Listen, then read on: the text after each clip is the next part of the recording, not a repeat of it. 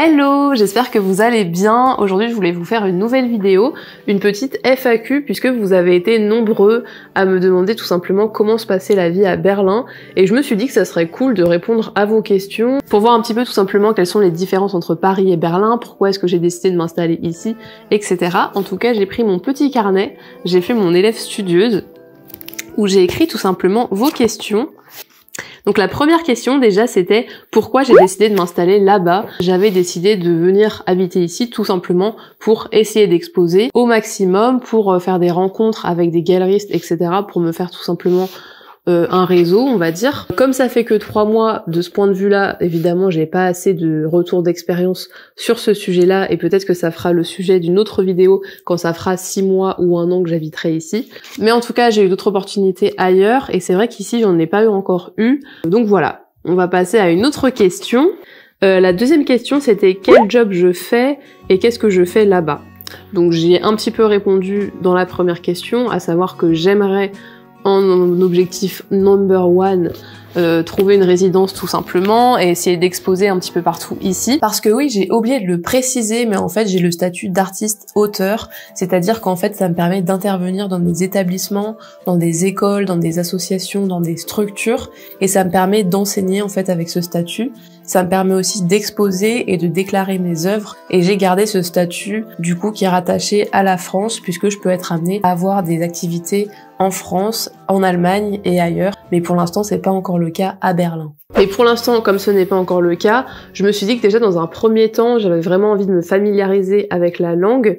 Et du coup, comme j'ai envie de parler un petit peu plus allemand, j'ai décidé de garder des enfants. Je m'occupe de 2 enfants en fait à mi-temps, et ça me permet tout simplement de gagner un petit peu d'argent financièrement, et ça me permet aussi de me familiariser avec la langue. L'avantage aussi avec ce petit job là, c'est que ça me permet de me libérer du temps à côté, donc pour postuler à des résidences pour 2023, ça me permet aussi de continuer à réaliser mes projets, à peindre, à faire mes vidéos YouTube, etc.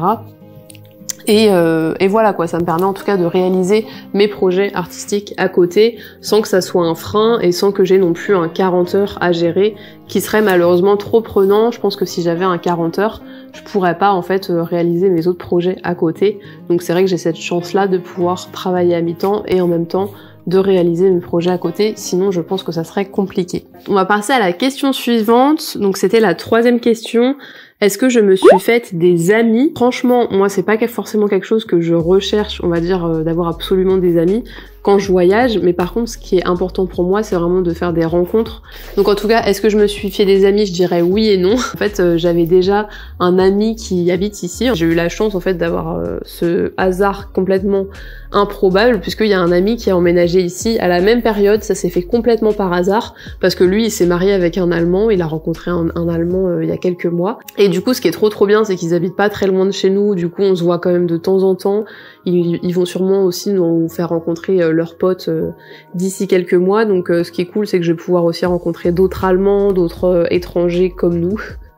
Parce que en fait on est toujours aussi dans une position un petit peu entre deux, où t'essayes de te faire des amis, des rencontres, mais en fait comme t'es étranger c'est un petit peu compliqué avec la langue, parce que quand on arrive à Berlin, on pense que maîtriser l'allemand c'est complètement maîtriser l'anglais pardon, c'est complètement suffisant, et en fait vaut mieux quand même parler un petit peu allemand, je vous le conseille en tout cas, parce que sinon vous allez traîner qu'avec des étrangers ou avec des Français, parce qu'il y a aussi beaucoup de Français à Berlin, et vous allez pas rencontrer tant d'Allemands que ça.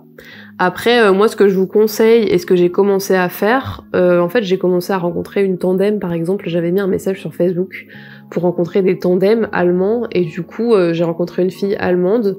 En fait, comme elle parle super bien français, parce que c'est un tandem franco-allemand, pour l'instant, on n'a pas trop parlé allemand, mais je l'ai vu que 2 fois.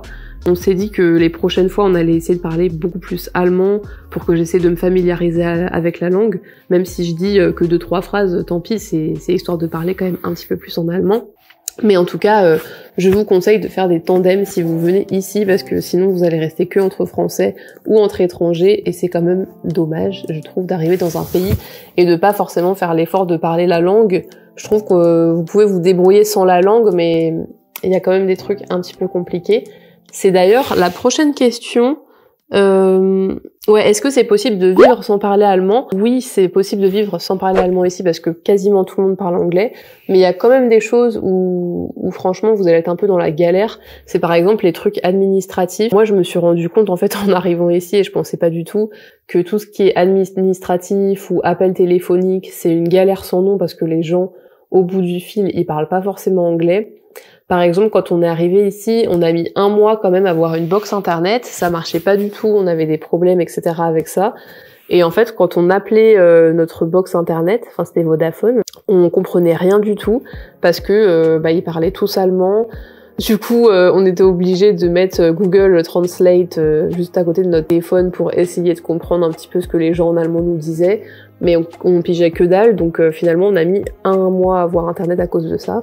Mais bref, en tout cas, on s'en est quand même sorti, c'était pas non plus le drame. Et deuxième anecdote, je devais envoyer une peinture à New York. Je vous mets d'ailleurs le lien ici de ma vidéo sur cette peinture si ça vous intéresse. Mais du coup, j'ai galéré comme pas possible. Je suis allée dans plein de post-banques. Les post-banques, c'est un peu l'équivalent de la poste en France. Et là où j'ai galéré, c'est qu'en fait, quasiment personne ne parlait anglais. Et je devais leur expliquer que je devais envoyer ma peinture à New York, etc. Ils voulaient pas me l'envoyer, je comprenais pas la raison.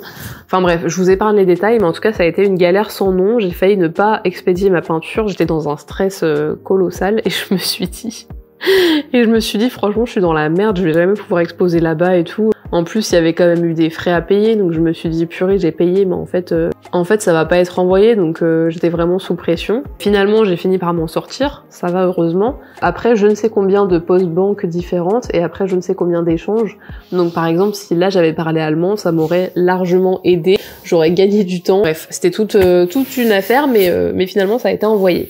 Bon, en tout cas, je vous ai un petit peu raconté ma life, mais du coup, pour répondre à la question, oui, vous pouvez venir à Berlin sans parler l'allemand, parce que dans tous les commerces, dans la vie en général, presque tout le monde parle anglais, même s'il y a des petites exceptions. Et oui, c'est tout à fait faisable, mais par contre, pour les trucs un petit peu plus délicats, ça peut être hyper galère.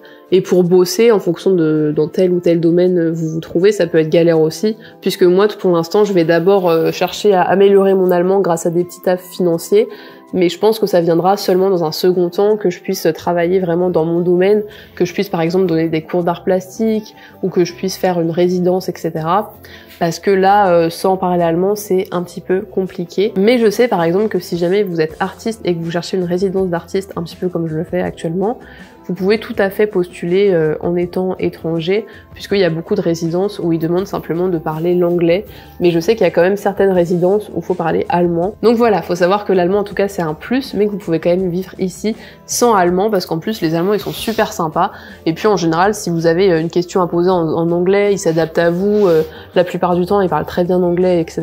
Donc c'est vrai que c'est beaucoup plus facile, je trouve, de vivre ici par rapport à d'autres villes en France où des fois on est dans certaines villes où il n'y a pas du tout de gens qui parlent anglais et pour les étrangers c'est pas du tout facile.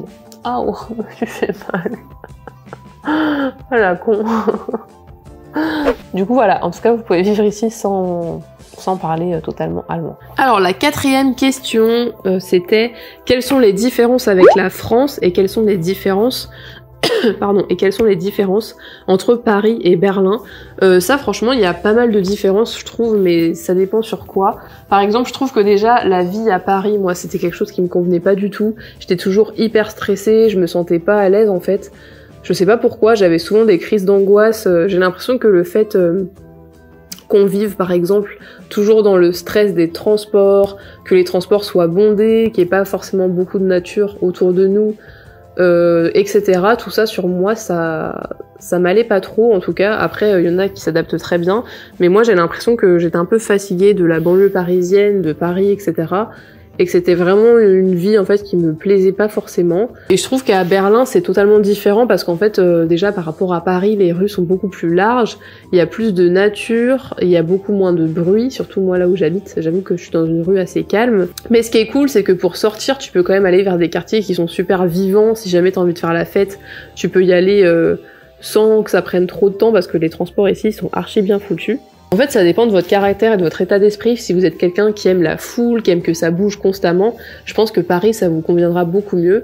Mais si vous êtes quelqu'un qui préfère plutôt le calme, qui préfère une ville un petit peu entre deux, Je trouve que Berlin ça vous conviendra beaucoup mieux parce que ici il y a beaucoup de parcs, il y a beaucoup de nature, mais en même temps c'est très facile si vous voulez par exemple sortir, aller dans des musées, faire la fête le soir, etc. En tout cas, je trouve aussi que les transports à Berlin, pour je ne sais quelle raison, sont beaucoup mieux foutus. Pour l'instant j'ai pas eu trop de problèmes de transport et je trouve qu'on arrive beaucoup mieux d'un quartier à un autre, plus rapidement en tout cas que sur Paris ou que sur Paris et les banlieues parisiennes, parce que souvent moi j'avais tout le temps des problèmes de transport en habitant en banlieue. C'était vraiment le calvaire à chaque fois de prendre les transports. Je trouvais qu'il y avait toujours des trains qui étaient supprimés, etc. J'étais souvent en retard au travail, donc voilà, je trouve que c'est en tout cas mieux de ce point de vue-là. Sinon, est-ce que Paris me manque? Franchement, non. À la limite, les seules choses qui me manquent, c'est certains amis, évidemment. Ça serait cool qu'ils soient ici avec moi. Mais au final, ça me manque pas parce que déjà, j'ai des potes qui sont venus ici, j'ai ma famille qui est venue. Berlin-Paris, ça se fait très facilement en transport. Pour l'instant, en tout cas, ça me manque pas plus que ça. Alors, question 6, où est-ce que j'ai loué un camion et est-ce que je l'ai ramené à Paris? Et du coup, quand j'ai déménagé, en fait, j'ai loué un camion en banlieue parisienne. Et du coup, oui, j'ai dû faire l'aller-retour et redéposer ce camion sur Paris tout simplement, et je vous avoue que c'était vraiment galère et super fatigant. Franchement, si vous êtes tout seul à faire ce déménagement, je vous conseille pas parce que c'est vraiment super fatigant, et puis en plus conduire un camion quand on n'a pas l'habitude, c'est pas foufou tout seul quoi. Mais moi, comme je l'ai fait avec mon copain, vu que j'habite ici avec mon compagnon, on était deux à conduire, donc on conduisait à peu près 3-4 heures chacun, et puis on alternait, et c'était beaucoup plus simple.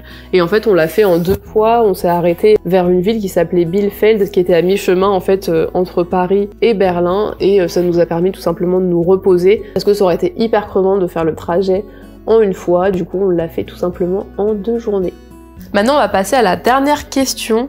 La dernière question, c'était tout simplement sur est-ce que c'était facile de trouver un logement sur Berlin et comment est-ce que je m'y suis prise, pardon. Je vous dirais que oui et non, parce que j'ai eu énormément de chance, mais il y a beaucoup de personnes qui ont pu me dire que c'était super difficile de trouver un appart ici. Je connais des personnes qui ont mis plus d'1 an à trouver un appart, et j'ai même discuté avec une Allemande qui m'a dit qu'elle elle a des enfants, etc.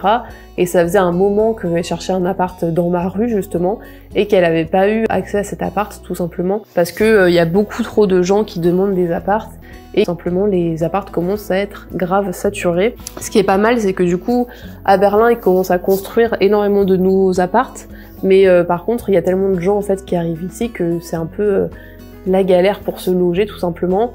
Et du coup, si je peux vous donner un conseil, je vous conseillerais plutôt de vous tourner peut-être vers une colocation pour le début, puisque moi j'ai eu énormément de chance, et c'est vrai que je vais pas pouvoir vous donner beaucoup de conseils sur ça, puisque en fait la personne pour qui je travaille, en fait la maman des enfants que je garde, elle m'a mis en contact avec son propriétaire. Ça a été un amour franchement, parce qu'elle a fait croire à son propriétaire qu'on était amis, alors qu'on se connaissait pas du tout. Et du coup, de là, de fil en aiguille, elle m'a présenté au propriétaire et on a réussi, grâce à ça, à avoir l'appartement, à avoir les clés début juillet. Et quand on est arrivé là, on était super contents parce que l'appart fait 60 mètres carrés, il est bien situé, on est proche du centre, tout en étant dans une rue calme. C'est vraiment une chance en fait d'habiter ici parce que déjà, si vous avez moins de moyens, je trouve que c'est plus abordable que Paris, parce que pour moi, Paris, je trouve que c'est vraiment une ville qui devient une ville pour les riches en fait.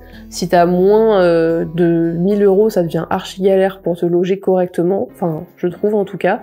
À part si t'es deux, mais si t'es tout seul, c'est vraiment une merde sans nom. Et du coup, ici, par exemple, on paye 700 € par mois, alors qu'à Paris, on payait quasiment 1000 balles. Franchement, je vous conseille parce que la vie est beaucoup moins chère ici, et ça permet aussi d'avoir une vie plus décente si jamais vous n'avez pas beaucoup de ressources, ou si jamais votre salaire est pas forcément très haut, par exemple.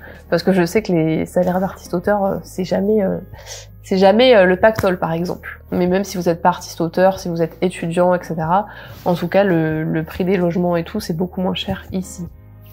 Voilà, en tout cas, je pense que j'ai répondu à peu près à toutes les questions qui m'ont été posées. Si jamais vous avez d'autres questions en commentaire, surtout n'hésitez pas, je serais ravie d'y répondre. Et pour les gens qui veulent s'installer à Berlin, franchement foncez, je trouve que c'est une ville trop cool. Déjà d'un point de vue financier, ça sera moins cher qu'à Paris, autant pour la bouffe que pour le logement, etc. Et surtout, c'est pas le plus important, c'est surtout d'un point de vue humain, je trouve que c'est cool parce que vous allez pouvoir faire de nouvelles rencontres, ça va pouvoir vous ouvrir l'esprit, et ce qui est trop bien aussi ici, c'est que vous allez pouvoir vous sentir plus calme. En tout cas, moi, c'est une ville qui m'a déstressée par rapport à Paris. Après, chacun est différent, peut-être que vous allez penser l'inverse, mais en tout cas, moi, ça m'a beaucoup déstressée, ça m'a beaucoup apporté, et ça m'a aussi permis de me pencher davantage sur mes projets, alors qu'à Paris j'étais tellement tout le temps stressée que franchement j'avais beaucoup moins envie de me bouger les fesses pour mes projets. Et depuis que je suis ici, j'ai l'impression d'avoir déjà réussi à réaliser pas mal de projets, puisque en 2023 j'ai de nouveaux projets d'exposition. Je vous en parlerai dans une prochaine vidéo dans quelques mois, mais j'ai trop hâte de vous raconter. C'est pas à Berlin, mais c'est dans d'autres villes dans le monde. Mais en tout cas, voilà, je vous fais de gros bisous. Si cette vidéo vous a plu, n'hésitez pas à me le dire dans les commentaires, et n'hésitez pas, surtout, le plus important, à me poser des questions par rapport à ce que vous aimeriez savoir sur Berlin. Et je vous dis à très vite. Bye!